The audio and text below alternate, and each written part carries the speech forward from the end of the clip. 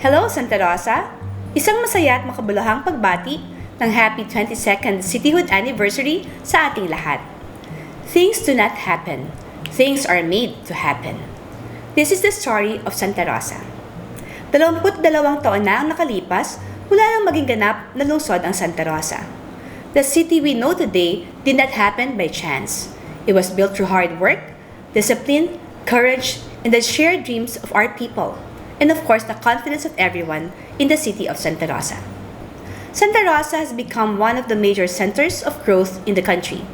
Kilala tayo bilang Lion City, isang lungsod ng industriya, trabaho, negosyo, edukasyon, innovation, at matatag na komunidad.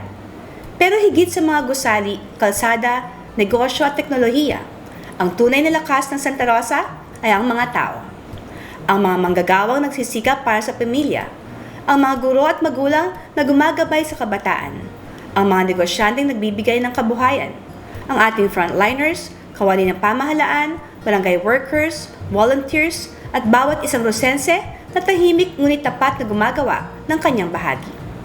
Kaya maraming salamat sa bawat isang tumulong at tumutulong sa patuloy na pag-angat ng Santa Rosa sa larangan ng lahat ng sektor, higit sa lahat ng bawat pamilya. And now, we still continue to move toward becoming a smarter, safer, and more responsive city. And we use this progress to serve people better in all aspects of their lives. Kapag mas mabilis ang serbisyo, mas malinaw ang impormasyon, mas handa tayo sa panahon ng sakuna, at mas may access ang mamamayan sa tulong, kalusugan, edukasyon, at oportunidad, ito ang ibig sabihin ng lusod na makabago. At kapag ang bawat programa ay may malasakit, dignidad at pag-unawa sa tunay na pangangailangan ng tao, ito ang ibig sabihin ng serbisyong makatao.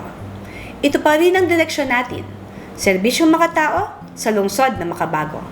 At tulungan niyo pa rin ako, si Mayor Arlene B. Arcillas, Vice Mayor Arnold Arcillas, ang buong sanggunian, ang city government at bawat barangay na ipatupad ito. 22 years ago, Santa Rosa became a city. Today, we are called to become an even better city, not only in name, not only in numbers, but in the everyday lives of our people. A city where progress is felt, a city where service is sincere, a city where every Rosense has a place, a voice, and a responsibility in our shared future. Again, maraming salamat. Let's all celebrate the 22nd Cityhood Anniversary of Santa Rosa. Dahil inyo ito, dahil kayo ito. Mabuhay ang Lion City! Mabuhay ang bawat Rosense, mabuhay ang lungsod ng Santa Rosa. God bless everyone.